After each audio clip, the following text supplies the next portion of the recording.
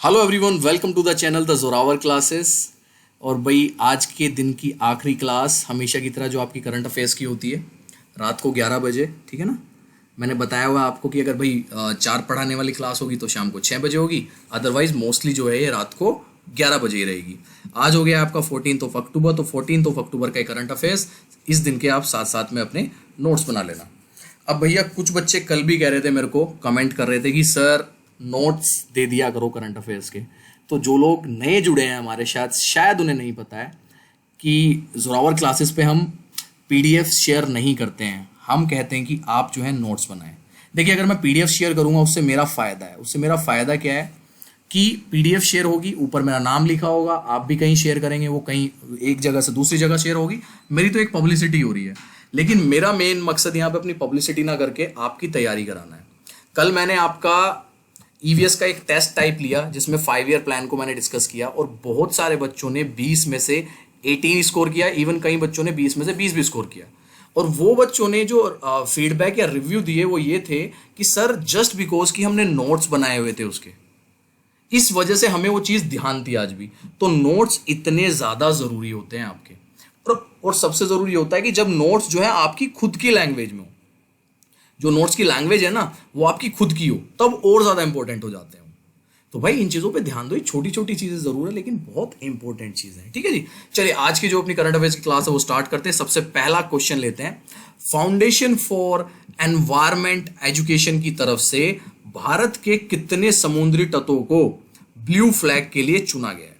How many beaches in India have been selected for Blue Flag by Foundation for Environment Education? तो भैया इसका answer है आपका सी, 8 तटों को चुना गया है, 8 बीचेस को चुना गया है। भारत के 8 समुद्री तटों को प्रतिष्ठित ब्लू फ्लैग सर्टिफिकेट से सम्मानित किया गया है। इसमें गुजरात, कर्नाटका, आंध्र प्रदेश और उड़ीसा समेत 5 राज्यों के तट शामिल हैं। इसके साथ ही भारत दुनिया के उन 50 देशों में शामिल हो गया है जिनके पास ब्लू फ्लैग दर्जे वाले स्वच्छ समुद्री तट मौजूद हैं। तो भैया जो ब्लू फ्लैग एक संस्था है ना आपकी, फाउंडेशन जो है, ये फाउंडेशन फॉर एनवायरमेंट एजुकेशन, ये उन लोगों को ये ब्लू फ्लैग देती है जो तट, जो बीचेस जो हैं बहुत ज़्यादा साफ होते हैं। तो उनमें से अब 8 जो हैं, इन्होंने 8 बीचेस को इंडिया के भी ब्लू फ्लैग से सम्मानित किया एक तरह से, ठीक है। तो भाई ये अच्छा क्वेश्चन है, स्टार क्वेश्चन है, ठीक है, याद रखना है। चलिए आज का क्वेश्चन नंबर 2 लेते हैं। निम्न में से किस टेनिस खिलाड़ी ने रिकॉर्ड 13वीं बार फ्रेंच ओपन सिंगल खिताब जीत लिया है? कितना बड़ा अचीवमेंट है। अगर आप अपने आप में देखो कि 13वीं बार फ्रेंच सिंगल खिताब जीता है। Which of the following tennis player has won the French open singles title for a record 13th time? 13th time का मतलब 13 साल। अब भैया 13 साल मतलब कि 20 साल से तो वो खेल रहे होंगे, है ना। और ये हैं आपके राफेल नडाल। ध्यान रखना है, इस बार का फ्रेंच ओपन सिंगल जो है 2020 का किसने जीता है? राफेल नडाल ने। राफेल नडाल ने सर्बिया के नोवाक जोकोविच को पुरुष एकल वर्ग के फाइनल में मात दे अपना 13वां फ्रेंच ओपन खिताब जीता है।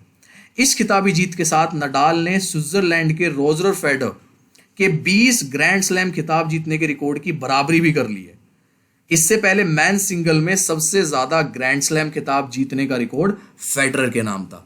तो अब इनके 13 तो हो गए हैं आपके सिंपल से, कहाँ? फ्रेंच ओपन, और 7 बाकी के हो गए होंगे, जैसे यूएस ओपन वगैरह जो हैं उसके 7 होंगे इनके। तो इन्होंने किसका बराबरी कर ली है? इन्होंने बराबरी कर ली आपकी रोजर फेडरर की, जिनके 20 ग्रैंड स्लैम्स खिताब हैं। और अब हमारे राफेल नडाल के भी 20 ग्रैंड स्लैम खिताब हो गए हैं, ठीक है। तो ये ध्यान रखना है। इसमें 2-3 क्वेश्चन बनते हैं। एक तो फ्रेंच ओपन मैन सिंगल ने किसने जीता है? 2020 राफेल नडाल ने जीता है। कितनी बार जीता है? कौन सी उनका टाइम है? 13th टाइम है। उन्होंने किसकी बराबरी कर ली है? उन्होंने आपके रोजर फेडरर की बराबरी कर ली है। तो ठीक है, ये सारी चीजें ना आप नोट्स में लिख लिया करो, जो मैं बोलता रहता हूँ और बताता रहता हूँ साथ साथ में। हाल ही में किस क्रिकेटर ने T20 में 10,000 रन बनाने वाले पहले एशियाई खिलाड़ी बन गए हैं? Recently, which cricketer became the first Asian player to score 10,000 runs in T20? ये हर तरह के, जितने भी तरह के आपके T20 गेम्स हैं उनकी बात हो रही है। और भाई ये है हमारे शोएब मलिक, ठीक है। पाकिस्तान के पूर्व कप्तान और अनुभवी बल्लेबाज शोएब मलिक ने T20 क्रिकेट में इतिहास रच दिया है। वे इस प्रारूप में 10,000 रन बनाने वाले पहले एशियाई बल्लेबाज बन गए हैं।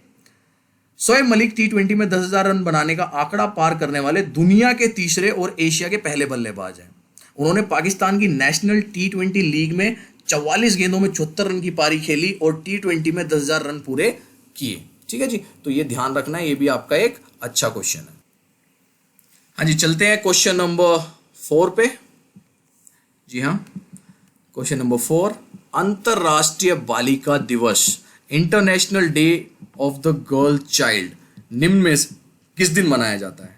International day of the girl child is observed on which of the day, और ये मनाया जाता है आपका 11 अक्टूबर को। अंतरराष्ट्रीय बालिका दिवस हर साल 11 अक्टूबर को मनाया जाता है। इस दिन को मनाने का उद्देश्य बालिकाओं के सामने आने वाली चुनौतियों और उनके अधिकारों के संरक्षण के बारे में जागरूकता बढ़ाना है। अंतरराष्ट्रीय बालिका दिवस हर साल 2012 से मनाया जा रहा है। इसकी स्टार्टिंग कब हुई? 2012। ये हर चीज में लिख रहे हो ना, जितने भी डेज आते हैं उनमें सब में बताता हूं मैं आपको। इस साल अंतरराष्ट्रीय बालिका दिवस की जो थीम है वो है हमारी आवाज और हमारा समान भविष्य। फिर से बोलता हूं, हमारी आवाज और हमारा समान भविष्य। तो ये इसकी थीम है इस बार की, किसकी? International day of the child, girl child, अंतरराष्ट्रीय बालिका दिवस का। ठीक है ना, थीम लिख लेना, कब स्टार्ट हुआ था? 2012 में, और हर साल कब मनाया जाता है? 11 अक्टूबर को। क्वेश्चन नंबर 5, हाल ही में किस राज्य सरकार ने जगन्ना विद्या कनुका योजना लॉन्च की है? भैया लॉन्चिंग आ गई है किसी योजना की, तो हमेशा की तरह क्या हो गया है फिर से? ये आपका स्टार क्वेश्चन हो जाता है अपने आप में। क्यों? क्योंकि योजना कोई लॉन्च हुई है, और योजना के जितने भी क्वेश्चन है मैं हमेशा क्या कहता हूं कि वो सारे स्टार क्वेश्चन होते हैं। Recently which state government has launch Jagananna Vidya Kanuka scheme, और ये आपकी की है आंध्र प्रदेश ने। ठीक है जी, याद रखना है। आंध्र प्रदेश के मुख्यमंत्री YS जगन मोहन रेड्डी ने जगन्ना विद्या कनुका योजना लॉन्च की है। राज्य सरकार ने योजना के लिए 650 करोड़ रुपए आवंटित किए हैं। इस योजना के तहत राज्य सरकार 43.32 लाख सरकारी स्कूली छात्राओं को स्कूल किट प्रदान करेगी। तो इसमें क्या दिया जाएगा स्कूली छात्राओं को? स्कूली किट। ठीक है जी, चलिए क्वेश्चन नंबर 6 लेते हैं आज का। क्वेश्चन नंबर 6 है आपका, लैंसेट रिपोर्ट के अनुसार कौन सा देश 2050 तक जापान को पीछे छोड़ दुनिया की तीसरी सबसे बड़ी अर्थव्यवस्था बन जाएगा? According to the Lancet report, which country will overtake Japan to become the world's third largest economy by 2050, and it is none other than India. ठीक है, भारत साल 2050 तक जापान को पीछे छोड़ दुनिया की तीसरी सबसे बड़ी अर्थव्यवस्था बन जाएगा, और इस स्थान पर वह अपने आप को साल 2100 तक बरकरार रख सकता है, यानी कि 50 साल। मेडिकल जर्नल लैंसेट द्वारा पब्लिश एक स्टडी से यह बात सामने आई है। लैंसेट की स्टडी ने कुल जीडीपी के लिए परिदृश्यों में देशों की वर्किंग एज पॉपुलेशन के आधार पर यह रिपोर्ट तैयार की है। गौरतलब है कि साल 2017 में भारत की अर्थव्यवस्था दुनिया में 7वें पायदान पर थी। लैंसेट की स्टडी के अनुसार साल 2030 में भारत की अर्थव्यवस्था दुनिया में 4थे नंबर पर आ जाएगी, और उसके बाद 2050 तक ये जो है आपकी तीसरे नंबर पर चली जाएगी। ठीक है जी, तो अच्छा क्वेश्चन है, एक रिपोर्ट है, उसके बारे में पूछा जा सकता है आपसे। नेक्स्ट क्वेश्चन लेते हैं अपना, क्वेश्चन नंबर 7। हाल ही में किस राज्य ने अपनी नई इलेक्ट्रिक व्हीकल पॉलिसी के तहत बैटरी से चलने वाले वाहनों को रोड टैक्स से छूट दे दी है? ठीक है जी, recently which state government has exempted battery operated vehicles from road tax under its new electric vehicle policy। तो एक तरह से ये जो है पॉलिसी इलेक्ट्रिक व्हीकल्स को प्रमोट करने का एक तरीका है, और ये किया है हमारे दिल्ली ने। दिल्ली सरकार ने अपनी नई इलेक्ट्रिक व्हीकल पॉलिसी के तहत बैटरी से चलने वाले वाहनों को रोड टैक्स से छूट दे दी है। दिल्ली सरकार के इस कदम से राजधानी में इलेक्ट्रिक कार, इलेक्ट्रिक 2 पहिया वाहन और 3 पहिया वाहन चलाना सस्ता हो जाएगा। दिल्ली सरकार के परिवहन विभाग ने इसकी अधिसूचना भी जारी कर दी है। साथ ही रजिस्ट्रेशन शुल्क माफी की प्रक्रिया भी शुरू हो गई है। इलेक्ट्रिक वाहनों को बढ़ावा मिलने से दिल्ली में वायु प्रदूषण कम करने में मदद मिलेगी। तो वही मैंने बताया कि इलेक्ट्रिक जितने भी हमारे व्हीकल्स हैं उनको प्रमोट करने का एक ये तरीका, और ये अच्छा स्टेप है उठाया हुआ दिल्ली सरकार से। और हमने कल भी बात की थी ट्री प्लांटेशन वाली, है ना, वो भी एक अच्छी चीज थी दिल्ली सरकार ने जो लॉन्च किया।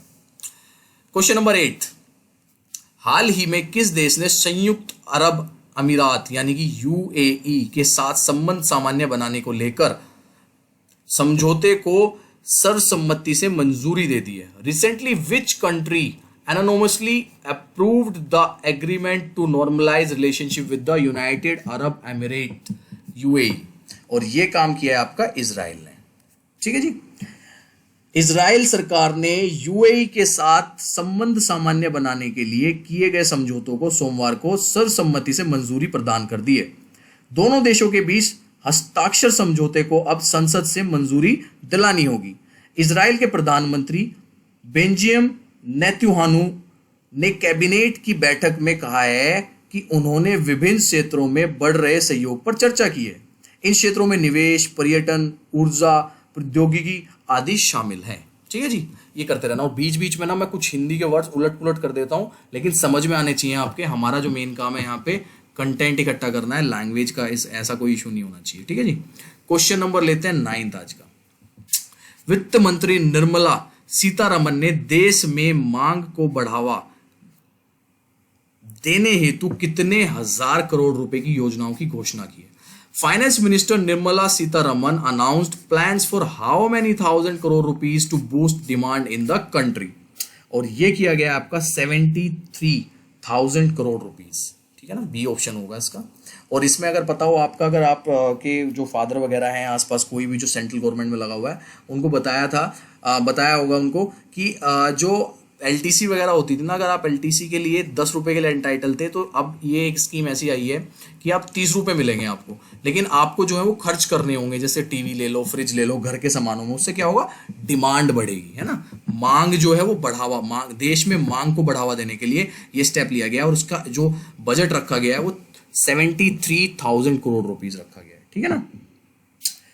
वित्त मंत्री निर्मला सीतारमन ने देश में उपभोक्ता मांग में लगभग 73,000 करोड़ रुपए तक की वृद्धि के लिए 5 बड़ी योजनाओं की घोषणा की है।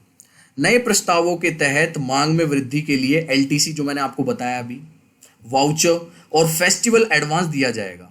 केंद्र और राज्य सरकार द्वारा पूंजीगत व्यय के लिए अतिरिक्त 37,000 करोड़ रुपए दिए जाएंगे।